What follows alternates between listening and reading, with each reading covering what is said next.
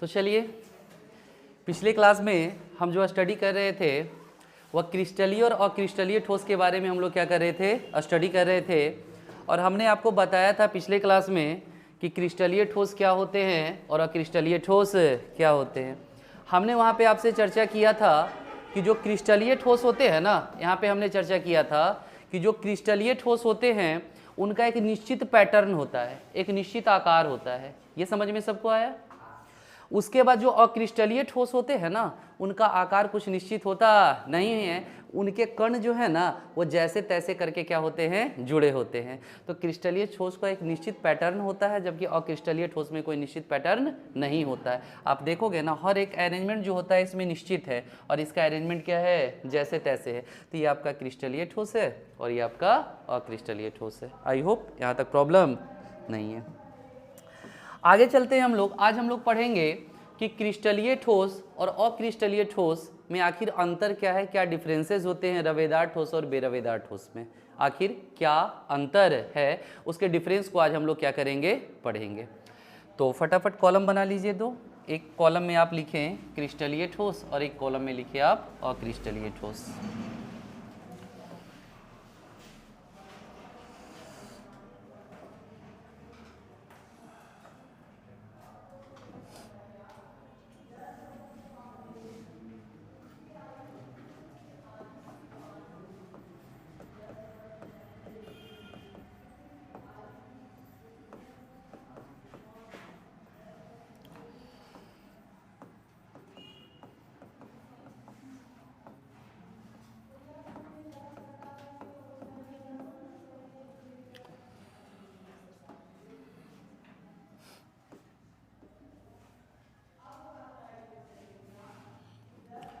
तो सबसे पहला चीज़ है कि आखिर सबसे पहला अंतर क्या है। तो हमने जैसा कि पिछले ही क्लास में बताया था आपको कि जो क्रिस्टलीय ठोस होते हैं ना, उनका एक निश्चित ज्यामितीय स्ट्रक्चर होता है, एक निश्चित ज्यामितीय संरचना होती है क्रिस्टलीय ठोसों की।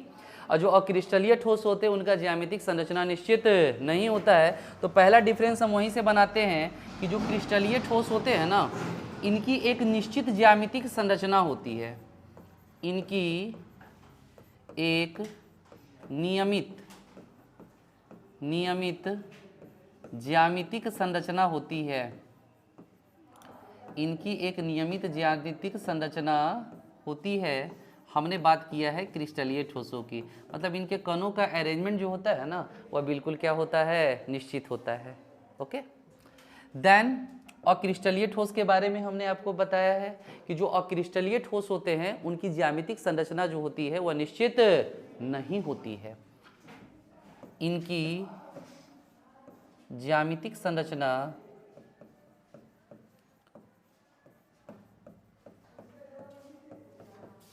निश्चित नहीं होती है।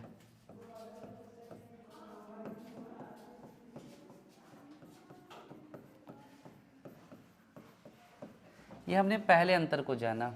ओके ना।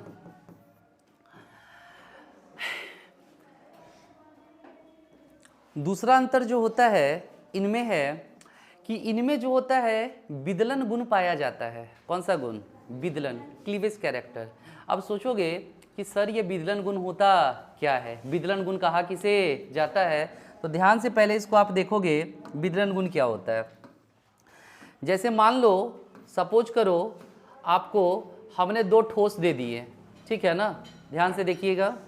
एक ठोस हमने आपको ये दे दिया और एक ठोस हमने आपको ये दे दिया। दो ठोस दे दिया, मान लो आपको कोई क्रिस्टल दे दिया और एक रबड़ दे दिया, एनी प्रॉब्लम नहीं। दो ठोस दे दिया और हमने बताया भाई इन दोनों ठोसों को क्या करना है, आपको काटना है। एक धारदार हथियार दे दिया और उस धारदार हथियार से ठोस को क्या करना है, काटना है। क्लियर है ना? हमने इस धारदार हथियार की सहायता से इस ठोस को भी यहाँ से काटा, क्लियर है, इस ठोस को भी यहाँ से काटा, और उसी धारदार हथियार की सहायता से इस ठोस को भी हमने यहाँ से क्या किया, काटा। Any problem? इसको भी काटा और उसको भी काटा। दोनों में अगर आप गौर करोगे तो थोड़ा सा अंतर आपको दिखाई पड़ रहा होगा। अंतर ये दिखाई पड़ रहा है कि इस हथियार से जब हमने, हथियार बोल रहा है मतलब इस धारदार हथियार से जब हमने इसको काटा कि दो समान और समरूप सतह और बिल्कुल मतलब एक तरह से कह सकते हो समरूप सतह मिल रहा है, मतलब कहीं पर खुरदुरापन दिखाई नहीं पड़ता है। ये सतह बिल्कुल दिखने में लग रहा है लेकिन वास्तव में ये है बिल्कुल कैसा, समरूप। समरूप कहने का तात्पर्य ये सतह बिल्कुल जो है आपका इस तरह का है, एक समान सतह यहाँ पे उपलब्ध कराता है, एकदम प्लेन सतह उपलब्ध कराता है, समतल सतह उपलब्ध कराता है। मतलब जब उसको हम लोग बीच से क्या करेंगे, काटेंगे कोई धारदार हथियार की सहायता से, अगर दोनों सतह बिल्कुल कैसा हो, समरूप हो, समतल हो, तो इस तरह के ठोस को जो होता है क्रिस्टलीय ठोस के नाम से जाना जाता है। इस तरह के ठोस को क्रिस्टलीय ठोस के नाम से क्या किया जाता है, जाना जाता है। इसमें देखोगे तो इसमें भी हमने धारदार हथियार की सहायता से इसको क्या किया, काटा, और काटने के बाद देखिएगा क्या दोनों सतह समरूप है, दोनों सतह बिल्कुल कैसा है, खुरदुरा है। आप देख पाओगे यहाँ पे ये सतह जो होता है समरूप नहीं है बल्कि ये सतह कैसा है, खुरदुरा है। अगर ये सतह खुरदुरा है तो ये जो होता है अक्रिस्टलीय ठोस है। कैसा ठोस है, अक्रिस्टलीय ठोस। अगर समान और समरूप और समतल सतह मिलता है ना तो इस गुण को कहते हैं हम लोग विदलन गुण। क्या बोलते हैं, विदलन गुण। अंग्रेजी में इसको क्लीवेज कैरेक्टर के नाम से जाना जाता है। यानी जब किसी ठोस को किसी धारदार हथियार से क्या करने पर, काटने पर उसके समान और चिकने सतह क्या होते हैं, उपलब्ध होते हैं, तो ठोस के इस गुण को विदलन गुण के नाम से जाना जाता है। और यह विदलन गुण केवल और केवल कौन से ठोस में होता है, क्रिस्टलीय ठोस में होता है। जबकि इसमें जो है समान और चिकना सतह उपलब्ध नहीं हो रहा है, समरूप सतह उपलब्ध नहीं हो रहा है, खुरदुरा सतह, इसका सतह भी खुरदुरा है और इसका सतह भी क्या है, खुरदुरा है। तो ऐसी स्थिति में कहेंगे कि यह विदलन गुण प्रदर्शित नहीं करता है। विदलन गुण कहने का तात्पर्य है कि किसी भी ठोस को काटे जाने पर दो समरूप और समतल सतह क्या करता है, उपलब्ध कराएगा। मेरी बात आप समझ रहे हो ना। तो विदलन गुण कौन प्रदर्शित करता है, क्रिस्टलीय ठोस या अक्रिस्टलीय ठोस। विदलन गुण केवल और केवल अक्रिस्टलीय ठोस क्या करता है, प्रदर्शित करता है। इस बात को ध्यान में आप लोग क्या कीजिएगा, रखिएगा। आई होप विदलन गुण समझने में किन्हीं को प्रॉब्लम नहीं है। दो समान चिकना सतह उपलब्ध कराएगा तो क्रिस्टलीय ठोस, दोनों सतह खुरदुरा होगा तो कौन सा ठोस, अक्रिस्टलीय ठोस, है ना। तो चलते हम लोग, ध्यान दीजिएगा। तो ये जो क्रिस्टलीय ठोस होता है ना, यह जो होता है विदलन गुण प्रदर्शित करता है। इस चीज को याद रखिएगा, यह विदलन गुण प्रदर्शित करता है, यह विदलन गुण प्रदर्शित करता है। हमने बात की है कौन से ठोस की, क्रिस्टलीय ठोस की, यह विदलन गुण प्रदर्शित करेगा। ओके। और जबकि जो अक्रिस्टलीय ठोस होंगे क्या वो समान और चिकना सतह उपलब्ध कराएंगे, नहीं कराएंगे। तो ये जो होता है ना, यह विदलन गुण प्रदर्शित नहीं करता है, विदलन गुण प्रदर्शित नहीं करता है।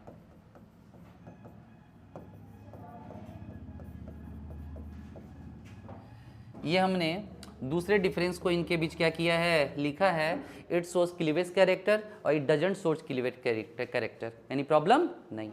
नेक्स्ट, सबसे पहला चीज होता है कि इसमें दीर्घपरासी व्यवस्था होती है। अब सोचोगे कि ये लॉन्ग रेंज ऑर्डर यानी दीर्घपरासी व्यवस्था होता क्या है। आप इसको ऐसे समझ सकते हो, ध्यान दीजिएगा। जैसे आप कभी राजमिस्त्री को काम करते हुए देखे हो, अच्छी बात है। तो जब आप राजमिस्त्री को काम करते हुए देखते होंगे तो आप वहाँ पे पाते होंगे कि राजमिस्त्री जो ईंट लगाते हैं, एक के ऊपर दूसरा ईंट, दूसरे के ऊपर तीसरा ईंट, उनका अरेंजमेंट कैसा होता है, कभी उसको गेस किए हो आप लोग? नहीं किए हो तो बता देते, ध्यान दीजिएगा। उनका अरेंजमेंट जो होता है एक फिक्स होता है, ऐसे। वो कैसे लगाते हैं ईंट, ठीक है ना, वो ईंट इस प्रकार से लगाएंगे, ये ऐसे ऐसे ऐसे ऐसे ऐसे ऐसे वो बांध कर रखते हैं। एक ईंट को दूसरे ईंट से क्या करते हैं, बांध कर रखते हैं। अगर मान लो मैं इसका अरेंजमेंट कुछ अलग तरीके से कर दूं, कुछ अलग तरीके से कर दूं, सपोज करो मैं इसका अरेंजमेंट देखो इस प्रकार से कर रहा हूं। ये हमने दीवार बना रहा हूं मैं, ठीक है ना।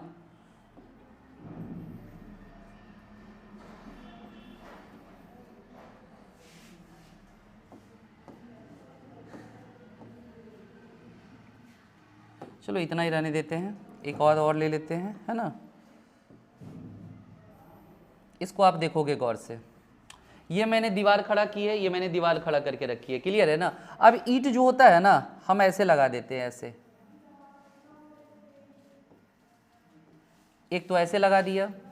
दूसरे केस में क्या किया हमने, ईंट को जो अरेंज किया हमने, एक और अलग केस ले लेते हैं। ईंट को जो हम अरेंज किए हैं इस तरह से,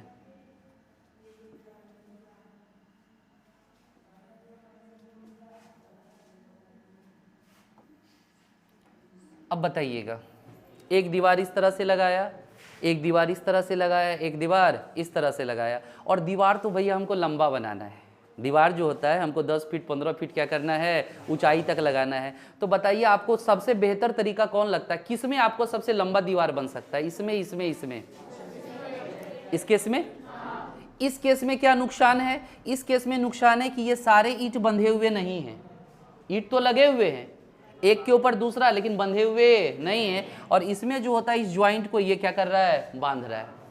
तो इसमें जो होता है एक नियमित क्रम है, इसमें जो अरेंजमेंट है वह क्या है, नियमित है। और इसमें अरेंजमेंट भी नियमित है, लेकिन उतना सही तरीके से किया नहीं गया है। और इसका तो कुछ पूछे नहीं, दीवार तो थोड़ा दूर जाएगा ना, 4-5 ये लगाएगा, रो लगेगा ना, ये क्या होगा, तहस नहस हो जाएगा। मेरी बात आपको समझ में आ रही है?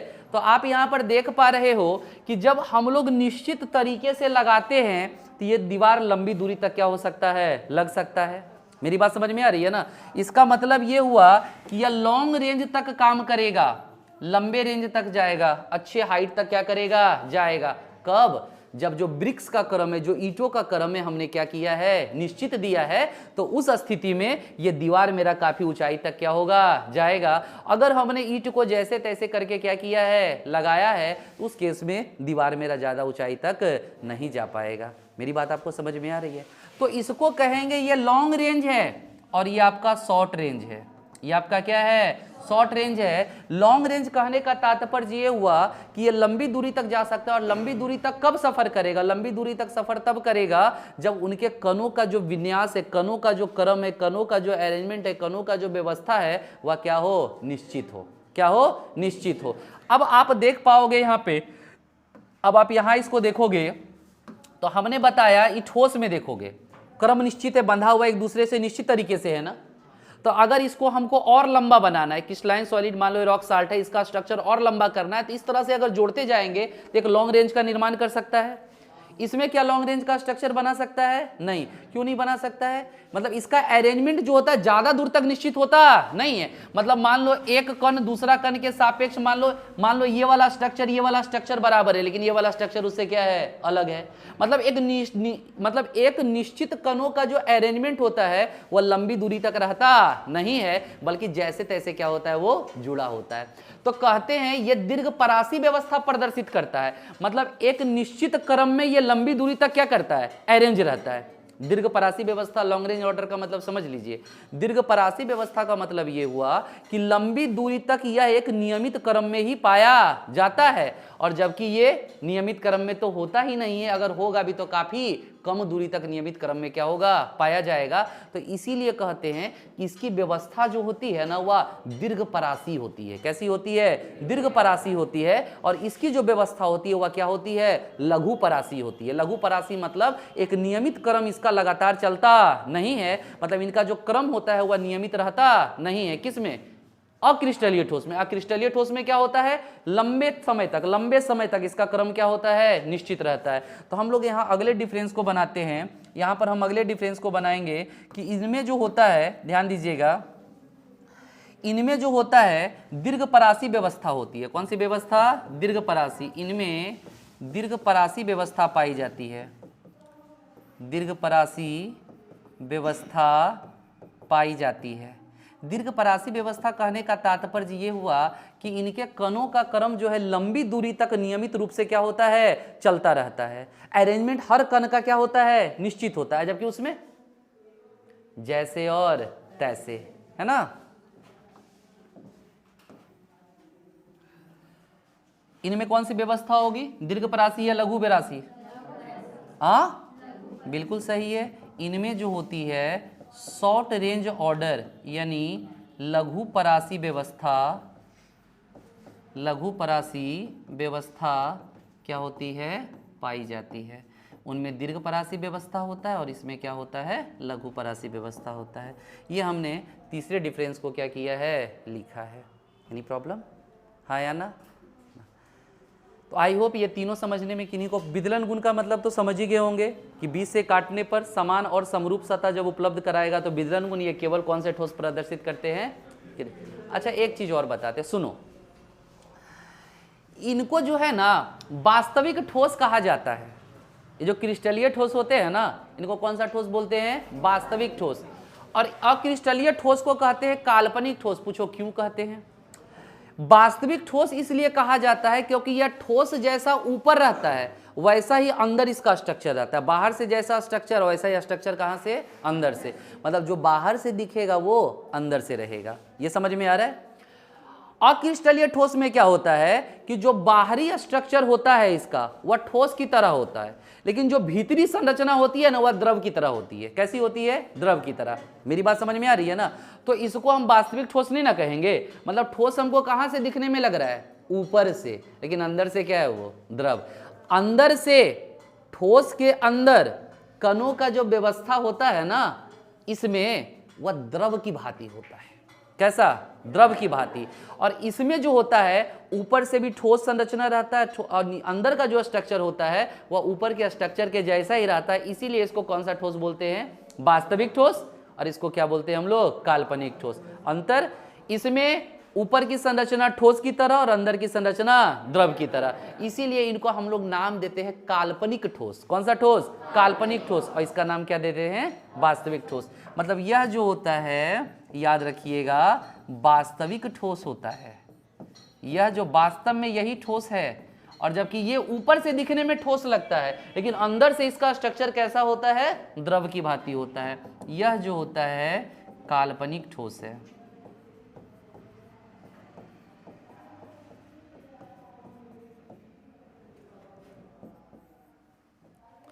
यह वास्तविक ठोस है और यह काल्पनिक ठोस है। Any problem? अगले डिफरेंस के बारे में हम लोग पढ़ते हैं।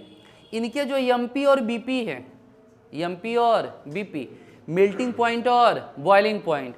मेल्टिंग पॉइंट यानी द्रवणांक, बॉइलिंग पॉइंट यानी क्वथनांक निश्चित होता है। निश्चित होता है इसका मतलब समझोगे कि जब इसको हम लोग गर्म करते हैं, जब इसको हम लोग गर्म करते हैं ना, तो एक निश्चित ताप पर इनके बीच के बंधन क्या होते हैं, टूटते हैं।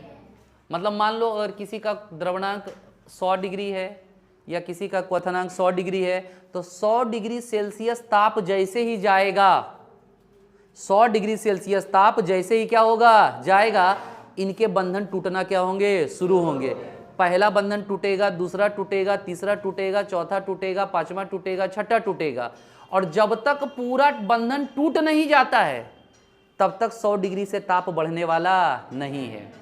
मेरी बात आप समझ रहे हो ना? मतलब सारे बंधन कितना पे टूटेंगे, 100 पर ही टूटेगा।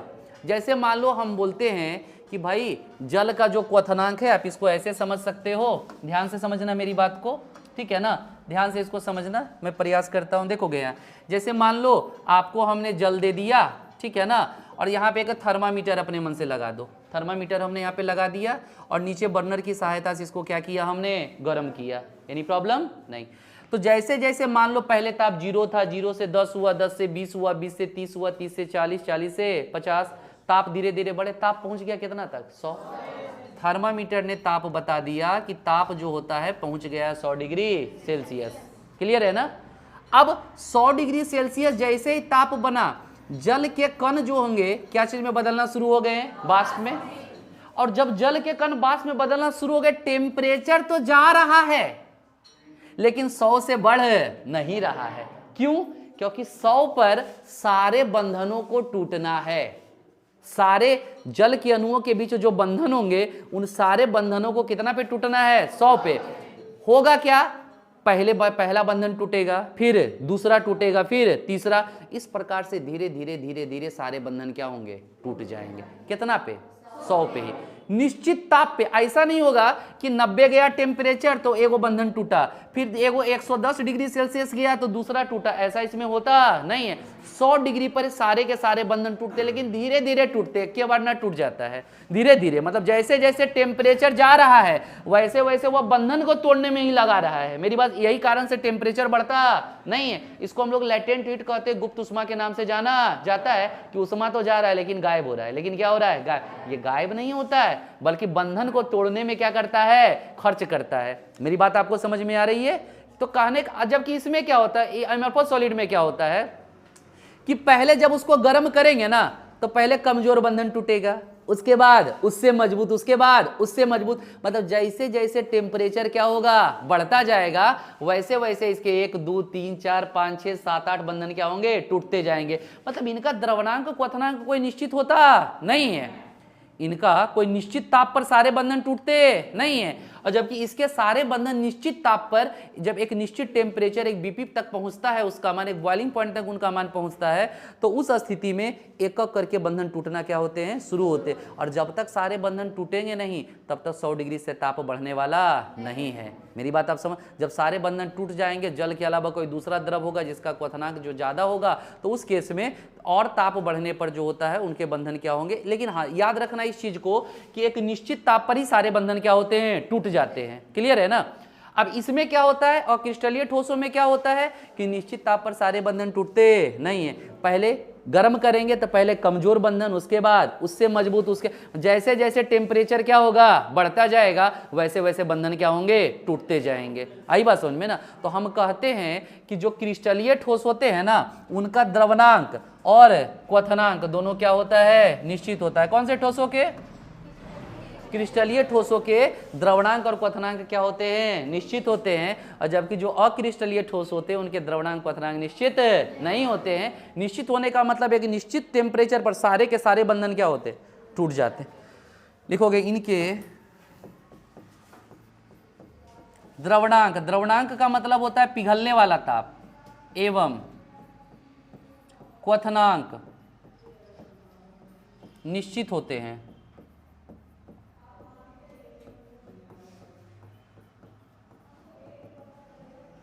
और इनके जो द्रवणांक क्वथनांक है वह निश्चित नहीं होते हैं।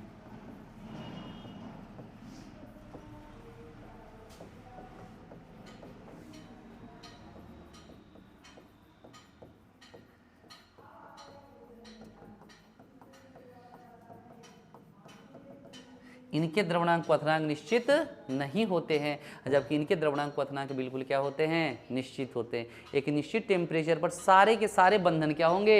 एक साथ टूटेंगे। एक के बाद टूट जाएगा, एक ही बार सब टूट जाएगा, एक एक करके टूटता है। इसीलिए टेम्परेचर बढ़ता नहीं है, टेम्परेचर क्या हो जाता है उसका? अस्थिर। जो भी एक्स्ट्रा टेम्परेचर जा रहा है वह क्या कर रहा है? बंधन को तोड़ने में लगा रहा है। क्लियर है ना? और यही बजाय थर्मामीटर का ताप वहां बढ़ता नहीं है। टेम्परेचर तो बढ़ा रहे लेकिन थर्मामीटर का ताप नहीं बढ़ रहा है। क्लियर है यहां तक ना? आगे बढ़ते हैं। ये जो होते हैं ना अक्रिस्टलीय ठोस असमदैशिक प्रवृत्ति के होते हैं। और वो समदैशिक प्रवृत्ति का होता है। बोलोगे सर समदैशिक और असमदैशिक क्या होता है? इसके बारे में थोड़ा सा बताइए। एक आइसोट्रॉपिक होता है और एक एन आइसोट्रॉपिक कैरेक्टर शो करता है। जैसे इसको देखो, आप इसको देखोगे, इसको यदि आप ध्यान से देखोगे तो आप यहां पर एक चीज पाओगे। देखोगे ये क्रिस्टलीय ठोस है और ये क्या है? अक्रिस्टलीय ठोस है। अब थोड़ा सा समझना इस चीज को। क्रिस्टलीय ठोस में क्या है? अरेंजमेंट निश्चित है। आप देखोगे ये blue blue blue blue, red red red red red, blue blue blue. जो बाहर वाला जो रेड वाला है ना वो जनरली रिनाइन को रिप्रेजेंट करेगा। और मान लो आयनिक यौगिक है तो रेड वाला रिनाइन, जो ग्रीन वाला है वह क्या है? धन है। आप देखोगे इनमें कणों का अरेंजमेंट निश्चित है ना? कणों का अरेंजमेंट क्या है? निश्चित है। इसीलिए ये कौन से ठोस कहलाएंगे? क्रिस्टलीय ठोस कहलाएंगे। बहुत अच्छे। इनमें निश्चित अरेंजमेंट है? नहीं है। तो ये कौन से ठोस कहलाएंगे बाबू? अक्रिस्टलीय ठोस। ये जो कहलाएंगे वह कौन से ठोस कहलाएंगे? अक्रिस्टलीय ठोस कहलाएंगे। आई होप यहां तक समझने में प्रॉब्लम नहीं। अब देखिएगा, अगर आप यहां पर से देखते हो, यहां पर से मैं कलर चेंज कर लेता हूं थोड़ा। ब्लू ही ले लूं, एज यू विश। देखो अगर आप इधर से देखते हो, ध्यान से मेरी बात को समझना, अगर आप यहां पर से देखते हो ऊपर की ओर, ठीक है ना, आपको सिर्फ रेड वाला कण दिखेगा, देख रहे हो, एनी प्रॉब्लम? चलो यहां से देखते हो यदि ऊपर की ओर, आपको केवल क्या होगा, ग्रीन वाला कण दिखेगा, ये क्लियर है? अच्छा जब इधर से देखते हैं, इधर से तिरछा देखो, अब इधर से देखो तो इधर से, तो पहले red green red green red green red, any problem? जब आप यहां पर से देखो, यहां पर से, तो green red green red green red green red. आप हमको ये बताओ कि अलग अलग दिशाओं से देख रहे हैं तो क्या कणों का अरेंजमेंट निश्चित दिख रहा है? दिख रहा है? अगर हम इधर से अपवर्तनांक को नापे, अपवर्तनांक को, ऊष्मीय प्रसार को, प्रतिरोधकता को, इन सब चीजों को यदि इधर से मापा जाए, इधर से मापा जाए और एक बार इधर से मापा जाए, क्या इनके मान समान हो सकते हैं? नहीं होंगे, क्योंकि इधर से जब देख रहे हैं तो हमको अलग अलग कण मिल रहा है, और इधर से देख रहे हैं तो कण क्या है, अलग अलग है। इधर से देख रहे हैं तो कण क्या है, अलग अलग है, और इधर से देख रहे हैं तो कण क्या है, अलग अलग है। अलग अलग दिशाओं से कण क्या हो रहे हैं, हमको अलग अलग मिल रहे हैं। तो इनके ये जो भौतिक गुण हैं, अपवर्तनांक हो, ऊष्मीय प्रसार हो, प्रतिरोधकता हो, ये सब जो भौतिक गुण इनके हैं, अलग अलग दिशाओं से हमको क्या होगा, अलग अलग मिलेगा। यानी प्रॉब्लम, यानी ये कहते हैं असमदैशिक प्रवृत्ति के होते हैं। असमदैशिक कहने का मतलब है an isotropic, an isotropic. An isotropic यानी असमदैशिक कहने का तात्पर्य यह है कि अलग अलग दिशाओं से जब इसको क्या किया जाएगा, देखा जाएगा, तो अलग अलग प्रकार के कण मिलेंगे, और अलग अलग प्रकार के कण जब मिलेंगे तो इनके ये जो भौतिक गुण है, इनके अपवर्तनांक, ऊष्मीय प्रसार, प्रतिरोधकता, इधर से मापेंगे तो अलग मिलेगा, इधर से मापेंगे अलग मिलेगा, इधर से मापेंगे अलग मिलेगा, इधर से मापेंगे तो अलग मिलेगा। मतलब भौतिक गुणों में परिवर्तन देखने को मिलेगा। उसमें चले जाते हैं, ध्यान से देखिएगा, इधर जाएंगे तो हमको भीड़ भड़क्का मिलेगा, अरेंजमेंट तो निश्चित है नहीं। इधर भी आएंगे तो हमको भीड़े भड़क्का मिलेगा, इधर भी जाएंगे तो भीड़ ही मिलेगा, इधर भी देखेंगे तो भीड़ ही मिलेगा, इधर भी देखेंगे तो भीड़ ही मिलेगा। सब तरफ से हमको भीड़ दिख रहा है। अब दुर्गा जी का मेला लगा हुआ है, आप वो कोना से देखो, चाहे वो कोना से देखो, वो कोना से देखो, आपको सब तरफ से भीड़ ही नजर आएगा ना। तो ये जो भौतिक गुण होंगे वह सब दिशा से लगेगा एक जैसा देखने में। ये सब दिशा से क्या लगेगा, एक जैसा लगेगा। यानी इसके अपवर्तनांक हो, इसके अपवर्तनांक हो, या मान लो इनके क्या हो, ऊष्मीय प्रसार हो, या मान लो इसकी क्या हो, प्रतिरोधकता हो, या किसी भी दिशा से देखने पर आपको क्या होगा, समान दिखेगा। और जबकि इसमें अलग अलग दिशाओं से देखने पर क्या होगा, अलग अलग मिलेगा। तो हम कहते हैं ये जो होता है असमदैशिक होता है। असमदैशिक कहने का मतलब है, एन आइसोट्रॉपिक कहने का तात्पर्य ये है कि अलग अलग दिशाओं से जब इसको देखा जाता है तो इसके भौतिक गुणों में अंतर पाया जाता है। और इसमें क्या है, अलग अलग दिशाओं से देखने पर हर तरफ से आपको क्या दिखेगा, भीड़ दिखेगा।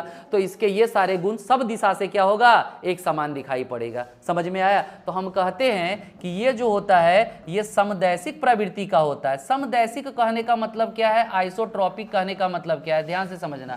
समदैशिक, सम मने बराबर, दैशिक मने दिशा, मतलब सब दिशा से देखने पर इसके ये सारे गुण क्या होंगे, बराबर मिलेंगे। इसीलिए इसको क्या बोलते हैं, समदैशिक। और इसको क्या बोलते हैं, असमदैशिक या विषमदैशिक के नाम से इसे जाना जाता है। आई होप यहाँ तक समझने में दिक्कत नहीं होगा कि इनमें कणों का अरेंजमेंट अलग अलग दिशाओं से क्या है, अलग अलग।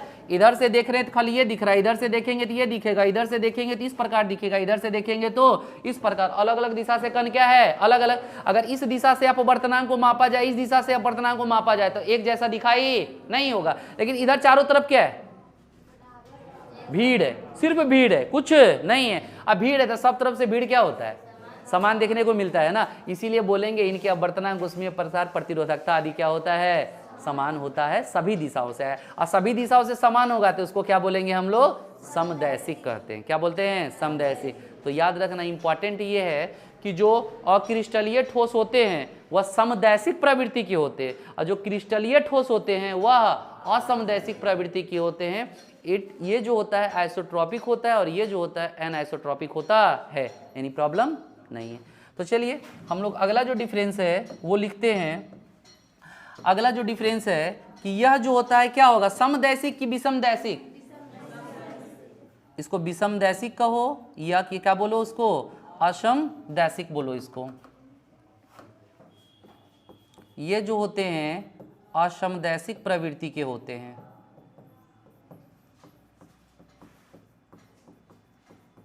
और ये जो होंगे ये किस प्रवृत्ति के होंगे, समदैशिक प्रवृत्ति के होते हैं।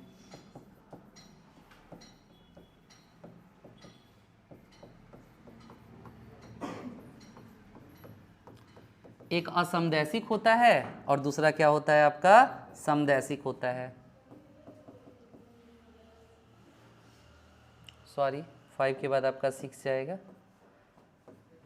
6 के बाद आपका क्या होगा, 7 जाएगा। एक और डिफरेंस है, लास्ट बता देते हैं।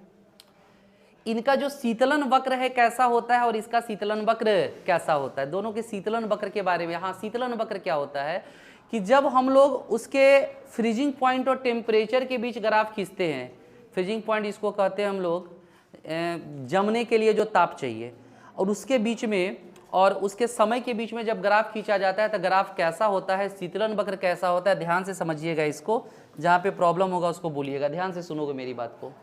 जैसे मान लो ये जल ले लिया और ये हमने एक ग्राफ यहाँ पे लिया है, एक ग्राफ हमने यहाँ पे लिया है, ध्यान से समझिएगा इस बात को। ये आपका टेम्परेचर है, टेम्परेचर है, इसका मतलब ये 100 डिग्री सेल्सियस है। मान लो ये 80 डिग्री सेल्सियस है, ये 60 डिग्री सेल्सियस है, ये आपका 40 है, ज़्यादा ये ले लिए ना, मान लो 10-10 का ये अंतर ले लो, छोड़ो। ये मान लो 100 है, यहाँ पे मान लो 50 है और इधर कम है उससे, एनी प्रॉब्लम नहीं। और इधर ये ग्राफ समय का है और इधर ये ग्राफ क्या चीज़ का है, ताप का है। ये समय का ग्राफ है और ये क्या चीज़ का ग्राफ है, ताप का ग्राफ है। अब ध्यान से मेरी बात को सुनना, क्रिस्टलीय ठोस में क्या होता है ये समझना। जैसे मान लो कि अभी किसी, मान लो जल को ही लेंगे, किसको लेंगे, जल को। हम लोग पानी ले लिया, किन्हीं को दिक्कत है, और पानी अभी मेरा मतलब 100 डिग्री पे उबल रहा है, 100 डिग्री सेल्सियस से ज़्यादा इसका ताप है, माने वाष्प के रूप में है। किस रूप में, और उसका टेम्परेचर धीरे धीरे क्या करना है, कम करना है। तो टेम्परेचर जब धीरे धीरे कम करोगे तो ये टेम्परेचर धीरे धीरे कमता जाएगा। 50 को भी नहीं मानो, इसको 50 को भी छोड़ देते, ताप है इधर, ठीक है ना, ध्यान दोगे। टेम्परेचर धीरे धीरे इसका क्या होगा, कमेगा, क्लियर है ना।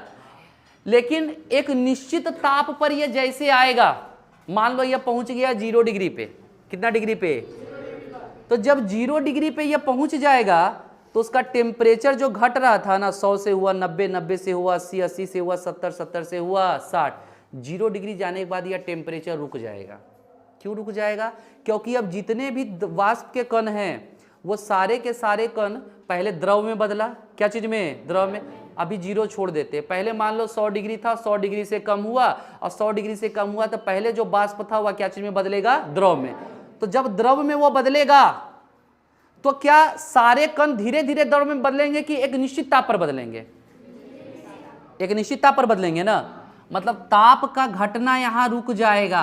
ये देखो ताप का घटना रुक जाएगा, समय बढ़ रहा है लेकिन ताप घट नहीं रहा है, क्योंकि ये जो टेम्परेचर हम घटा रहे थे ना, वह जो सारा का सारा टेम्परेचर अब वाष्प को क्या चीज बदलने में लगा रहा है, द्रव में बदलने में लगा रहा है। फिर सारा जब द्रव में क्या हो जाएगा, बदल जाएगा, सारे कण द्रव में क्या हो जाएंगे, बदल जाएंगे, तो फिर से ताप घटना क्या होगा, शुरू हो जाएगा। अब ताप फिर से घटना शुरू हो जाएगा। अब जब ताप 0 तक पहुंचेगा, कितना तक, 0 तक, तो फिर से ताप बढ़ना घटना क्या होगा, रुक जाएगा। क्यों, क्योंकि अब उसको क्या चीज में बदलना है, ठोस में। 0 पर क्या चीज में बदलना है, ठोस में। अब जब ठोस में बदलेगा तो जब तक सारे जल के अणु ठोस में नहीं बदल जाते हैं तब तक फिर ताप उसका नहीं बढ़ेगा।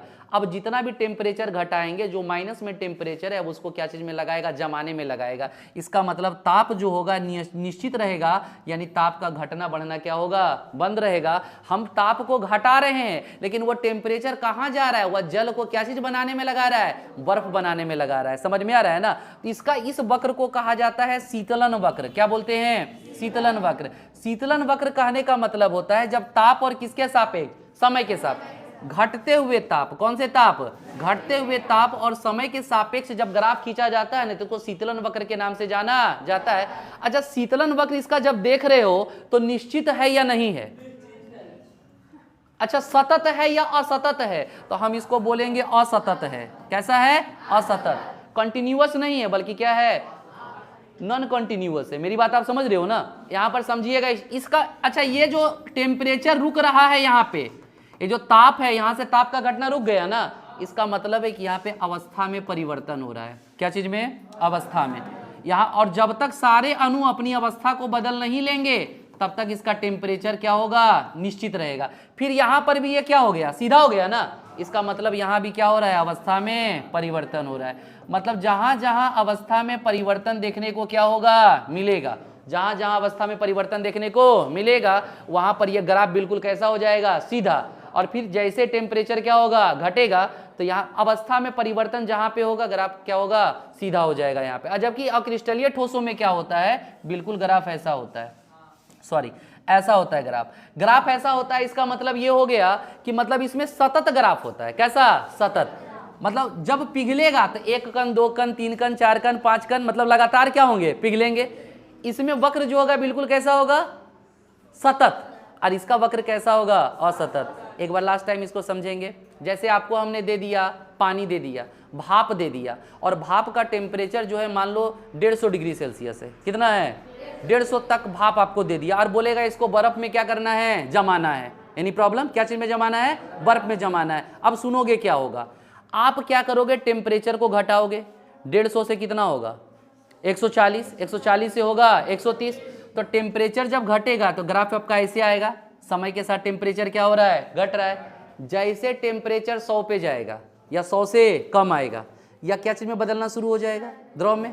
और जब द्रव में बदलेगा ना तो 100 से टेम्परेचर घटेगा नहीं, क्योंकि माइनस में टेम्परेचर जो भी हम लोग दे रहे हैं वह सारा टेम्परेचर उसको क्या बनाने में लगा देगा, द्रव बनाने में लगा जाएगा। अब धीरे धीरे सारे कण क्या चीज में बदल जाएंगे, द्रव में। और जब द्रव में बदल जाएगा, जब सारे के सारे द्रव में बदल गए तब जाके टेम्परेचर घटना क्या होगा, शुरू होगा, है ना। इसको लैटेंट हीट कहा जाता है। टेम्परेचर जब घटना शुरू होगा तो फिर पहुंचेगा कहां पर, जीरो पर। कहां पहुंचेगा, जीरो पे। अब जो द्रव के कण है क्या चीज में बदलेगा, ठोस में। ठोस में ना, तो ठोस में जब बदलेगा तो टेम्परेचर हम लगातार घटा रहे हैं, लेकिन वो टेम्परेचर जा कहां रहा है, माइनस वाला टेम्परेचर जा कहां रहा है, वह द्रव को क्या चीज में बदलने में लगा रहा है, ठोस में। उस वक्त भी इसका ग्राफ कैसा हो जाएगा, सीधा हो जाएगा। मतलब ताप में परिवर्तन देखने को मिलता नहीं है। जब अवस्था परिवर्तन होता है तो ताप का बढ़ना या घटना क्या होता है, रुक जाता है। क्या चीज में, अवस्था परिवर्तन में। तो हम देखते हैं कि यहां पर जो क्रिस्टलीय ठोस होता है ना, उसका निश्चित क्वथनांक होता है और निश्चित द्रवनांक होता है, जिस वजह से उनमें ग्राफ ये जो शीतलन वक्र है वह सतत होता नहीं है। और जबकि इसमें शीतलन वक्र क्या होता है, सतत। इसमें तो टेम्परेचर और मेल्टिंग पॉइंट और बॉइलिंग पॉइंट निश्चित है ही नहीं। इसको गर्म करोगे तो लगातार हुआ क्या होगा, टेम्परेचर उसका बढ़ता जाएगा, या ठंडा करेंगे तो लगातार टेम्परेचर क्या होगा, इसका घटता जाएगा। एनी प्रॉब्लम नहीं है। तो हम लोग अगला अंतर इसमें लिख सकते हैं, ठीक है ना। अगला अंतर लिखेंगे, इसका जो शीतलन वक्र है, कौन सा वक्र, शीतलन वक्र, ये सतत होता है या असतत होता है। इसका जो शीतलन वक्र होता है, इसका शीतलन वक्र, शीतलन वक्र